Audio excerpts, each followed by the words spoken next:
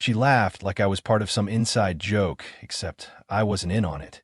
Just standing there, invisible, in my own home. Holding a glass of cheap whiskey I poured myself because no one offered me anything stronger. I had hosted them, cooked for them, even rearranged the damn lighting so her coworkers looked good in pictures, and still, they ignored me, like I was the help. Then she said it. "Oh, he's our little homemaker now." The word husband dropped from her lips like a joke she was daring them to laugh at. They did, loudly, unapologetically. Her hand flicked in my direction, like I was dust on the mantle, just something to be wiped away. That was it. That was the moment the last sliver of my pride cracked. If you've ever been made to feel small by someone you gave everything to, stay with me. This story isn't just about betrayal. It's about what happens when the mask finally slips and a quiet man finds the courage to rise. The wine in my glass had gone warm by the time I made my move. I wasn't drunk, just tired. Tired of being reduced to wallpaper in my own living room. Tired of her smiles that never quite touched me anymore. So I stepped forward, steady and sure, slicing through their shallow laughter like a wind through dry wheat. "What my wife means," I said, smooth as the whiskey burning the back of my throat, "is that I'm rebuilding my tech portfolio after TechSphere folded. While she focuses on her career, I'm holding down the home front." My words hung in the air for a second, long enough for her colleagues to glance between us, blinking like folks who'd just realized the man they were mocking had ears and a pulse. I turned to Susan, gave her a smile that might have passed for love in another life. "Teamwork makes the dream work, right, honey?" She froze, just for a flicker, like she hadn't expected me to speak. Not here, not now. Then she recovered, fast and brittle. "Jason used to be VP of Development at TechSphere," she said, her voice thin with nerves. "Until the acquisition," I added, raising my glass with a hollow toast. 200 of us were let go in one afternoon. That's corporate America for you. One day you're indispensable, the next, disposable. It was the first time in months I felt seen, but that feeling came tangled in something heavier. Disappointment. Not just in her, but in what we'd become. A partnership built on pride, now cracking under silence. It was supposed to be just another networking night, one of those evenings where the wine flows too freely and the laughter feels a little too rehearsed. The kind of gathering where business cards change hands like poker chips and everybody's smiling through the weight of silent ambition. I'd gotten used to these things since Susan's promotion. Truth be told, I'd started blending into the furniture at them. But that night felt different. Not because the food was any better or the crowd any warmer, but because David Chen, Susan's new project manager, saw me. Actually saw me. "TechSphere," he said, eyes lighting up like he'd stumbled on a legend. "That neural interface work your team did? Years ahead of its time." I nodded, slow and steady. "Thanks." "Still is, actually. I've been doing some consulting for a startup out of Austin. Smaller budget, sure, but the work? It's got heart." That was the first time I mentioned the Austin project to anyone in Susan's circle. Her eyes snapped toward me so fast I could feel the sting from across the room. She hadn't known about it, and I hadn't told her, on purpose. You see, somewhere along the way, our marriage had stopped being about us and started being about her, her job, her image, her career. After I lost my position at TechSphere in that brutal acquisition, she didn't offer sympathy, just spreadsheets. Not one hand on my shoulder, not one look that said, "We'll figure this out together." Instead, it was talks about downsizing, cutting costs, protecting her bonus. I became a liability overnight. At first, I blamed the stress. Losing a job isn't just about the paycheck, it's about pride, identity. And I had plenty of nights where I drank more than I should and felt smaller than I was. But slowly, things added up. She stopped asking about interviews. She stopped leaving room in our conversations for anything that didn't revolve around her firm. I tried to tell myself she was just focused, driven, but then came the lies. I had applied to her company, Stratosphere, 6 months ago, sent in my resume through their portal, used all the right keywords, and even mentioned Susan's name in the cover letter. She told me point blank, "They're not hiring in your field right now. Don't take it personally." I didn't until that moment with David. "We're expanding," he said quietly, glancing at Susan's stiff expression. "Actually, we've been looking for folks with your background. Senior systems roles. Project leads. Surprised we didn't see your name come across." My stomach twisted. There it was. The truth. Plain as day. She hadn't just ignored my career, she'd sabotaged it. I wanted to believe there was some misunderstanding, that maybe she'd misunderstood the postings, that maybe she forgot to mention me, but no. That wasn't it. This was intentional. A gate slammed shut and locked from the inside, and the person holding the key had once promised to walk through every door with me. Looking back now, I think the signs had always been there. I just didn't want to see them. Susan had always been polished, strategic, sharp in all the ways people admire and fear in corporate boardrooms. I fell for that. Hell, I respected that. But somewhere along the way, I stopped being her partner and became her stepping stone. Her reaction to my layoff hadn't been fear for me, it was fear for her. What would people say? Could she still host dinner parties if her husband was out of work? Could she still make partner while I stayed home baking casseroles and chasing leads that went nowhere? And when she realized my fall made her rise look even brighter, that's when the calculations set in. She started dressing sharper, talking louder, making jokes at my expense, always followed by, "Hey, too sweet, just kidding." She stopped introducing me as Jason and started saying, "My husband's between things right now," like I was a box to be shipped. That night, after the party, I didn't say much. She was quiet too. She knew I knew. And in a way, that silence between us said more than any fight could have. It was a chasm. I sat alone in the dark kitchen long after she went to bed, sipping the last of the red wine meant for her guests. I remembered the man I was a year ago, respected, capable, whole. I remembered how proud she used to be of me, or maybe how proud she pretended to be. And I thought about David's words again. "We've been looking for someone like you." That sentence echoed in my chest like an old church bell, loud and hollow. Because someone was looking for someone like me, just not her. The truth is, you can live with disappointment. You can survive failure. You can even claw your way back from the bottom if you've got a good hand to hold. But betrayal? Betrayal is different. It's not just a crack, it's a fracture. One that runs deep beneath the surface and makes you question everything you thought was solid. That night, I realized I was no longer grieving the job I lost. I was grieving the marriage I thought I had. And for the first time since losing TechSphere, I wasn't scared anymore. Not of starting over, not of being alone. I was scared of staying with someone who clipped my wings and smiled while I wondered why I couldn't fly. That was the night the fog lifted. The night I saw her not as my wife, but as a rival in my own home. And I knew something had to change, because dignity doesn't come with a paycheck. It comes when you choose not to be diminished by anyone, even someone you once loved. You used to think dignity was something you were given, by title, by paycheck, by how others saw you in a room.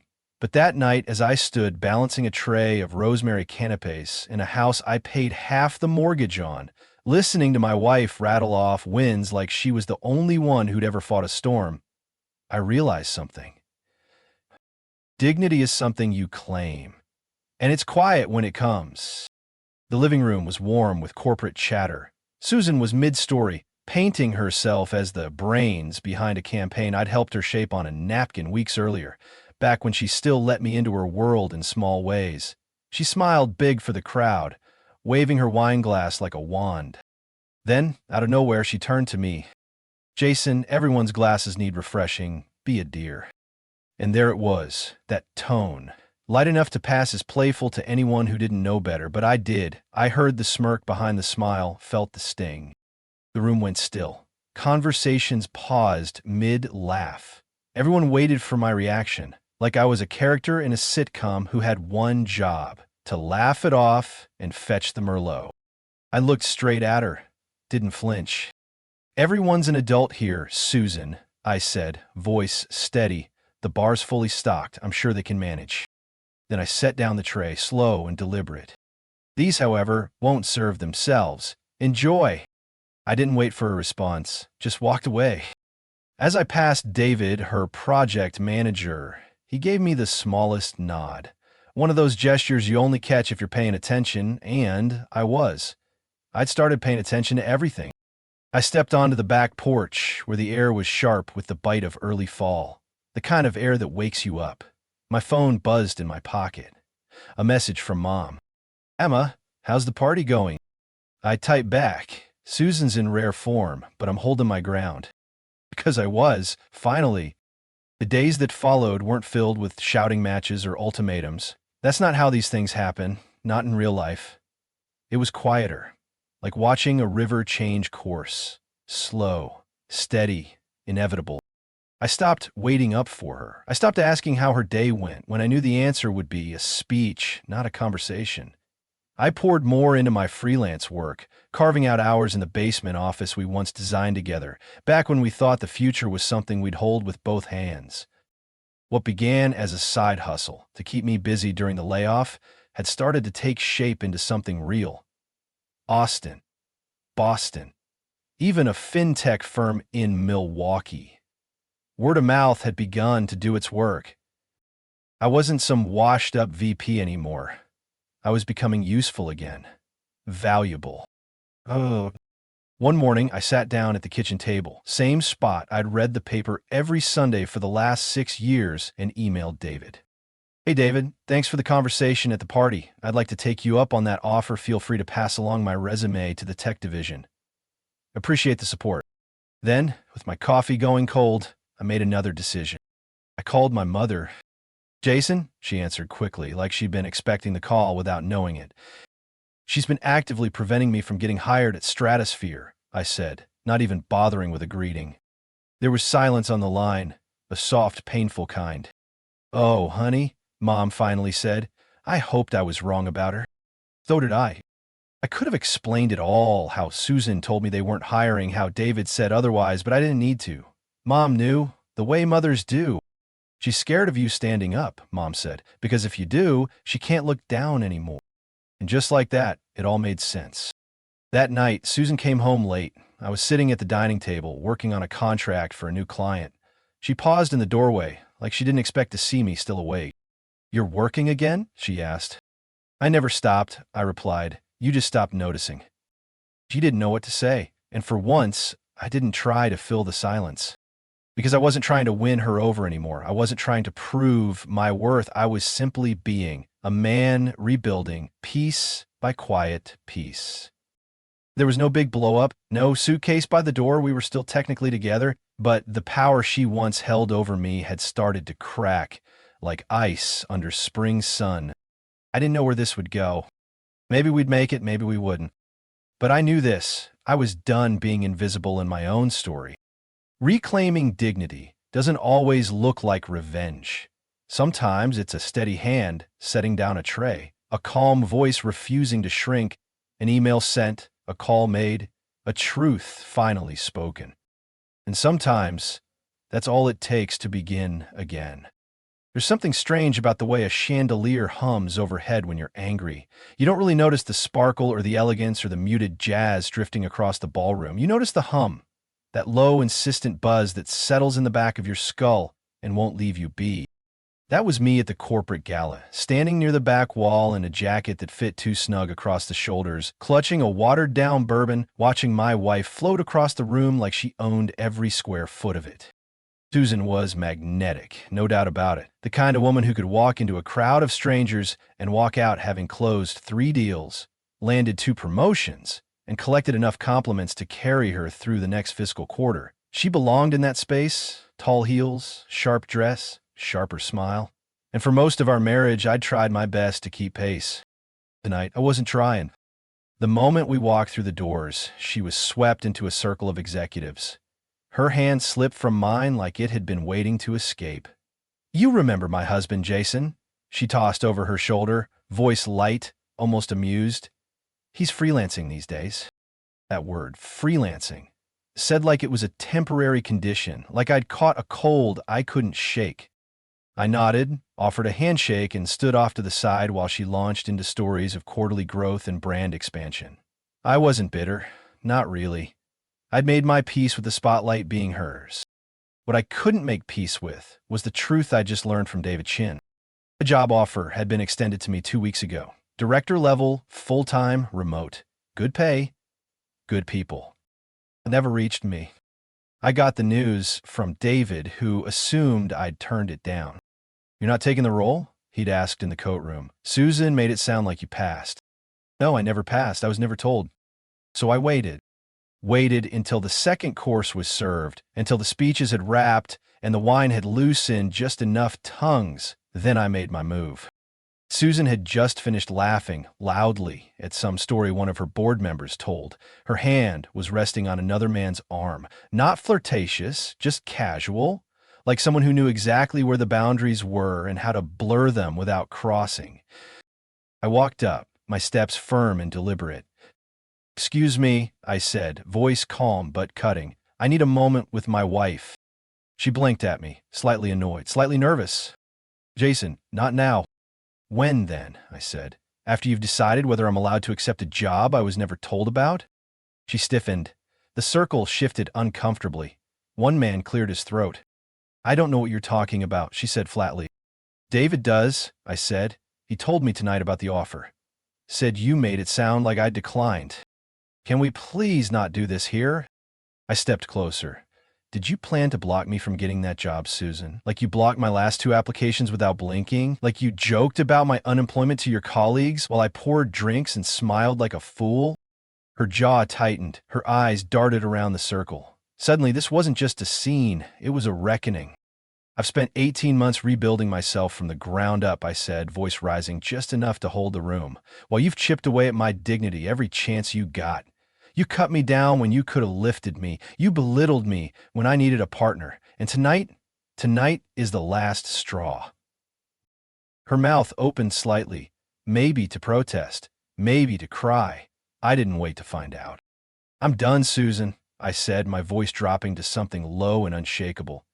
"Done being your punchline, your charity case, your excuse for why you can shine while someone else handles the messy details of life." I paused, letting the silence take hold, letting the room feel the gravity of what had been hidden for too long. "I've accepted the position at the Austin startup," I said. "Full-time, remote, director level. I start Monday." Now she looked at me, really looked, and for the first time in a long time there wasn't power in her gaze. There was fear. Not of me, but of losing control. "I'll be staying with my parents for a bit," I added, "until I find a place of my own. You can keep the house." I let that hang there. It was a generous offer. She paid for most of it after all, as she liked to remind everyone. "I won't be a burden anymore, Susan," I said softly. "I'll be free." And I walked away. I was outside. The air was crisp and quiet. The stars above the city were faint, barely there, but I saw them anyway. I didn't feel victorious or angry. I felt empty, in the kind of way that made room for something new. Sometimes the climax of a story isn't loud. It's not fists or tears or slamming doors. Sometimes it's just a man in a too-tight jacket choosing himself. Finally, fully and without apology. That was the night I stopped surviving and started living again. As I pulled away from the Grand Meridian that night, leaving behind the clinking glasses, the polite laughter, and the woman who used to be my world, I didn't feel triumphant. I didn't feel broken either. What I felt was quieter than either of those things. Grief, yes, but also something I hadn't felt in a long time. Liberation. There's something sacred about reclaiming your own silence. The kind that doesn't beg to be heard, that just is. That was me behind the wheel, windows down, Texas wind cutting across my collarbone, knowing I had no home to go back to, but I had myself, and that would be enough. The 6 months that followed passed like a page turning in warm wind. The Austin startup kept me busy in the best way. Long hours, tight deadlines, but with a team that valued ideas over ego. For the first time in ages, people sought out my opinion, not because I was somebody's husband, but because I was good at what I did. I was building again, not just code, not just systems. On a life, The divorce, of course, wasn't easy. Susan contested everything, not because she wanted me back, but because pride doesn't like to lose. She fought over furniture, over finances, over memories we'd long stopped sharing. But I didn't flinch. I'd already done the hardest part, leaving. Meanwhile, through the grapevine of mutual friends and LinkedIn whispers, I heard things weren't going so well for Susan at Stratosphere.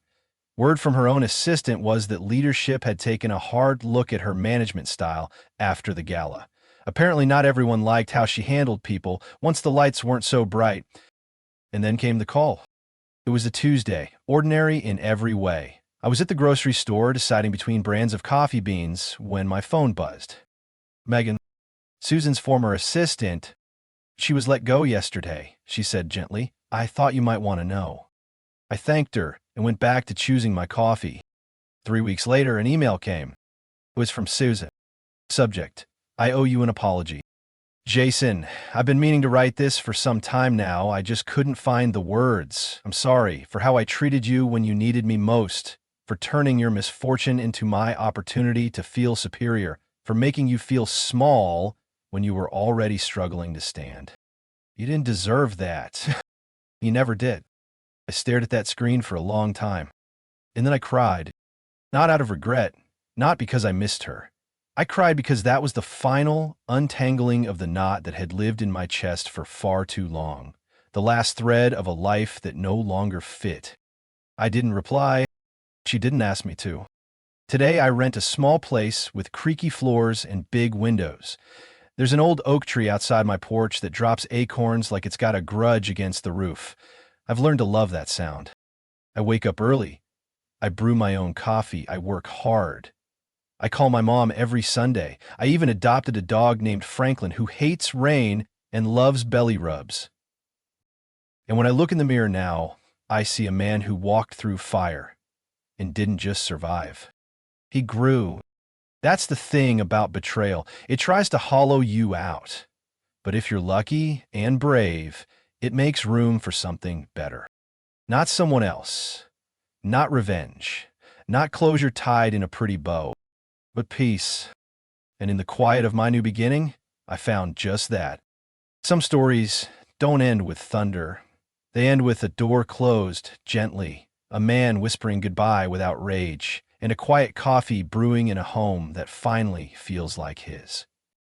If you've ever been belittled by someone who once claimed to love you, if you've ever rebuilt yourself from the ashes of someone else's ambition, then maybe, like Jason, you know, peace is the loudest victory. Thank you for staying with this story.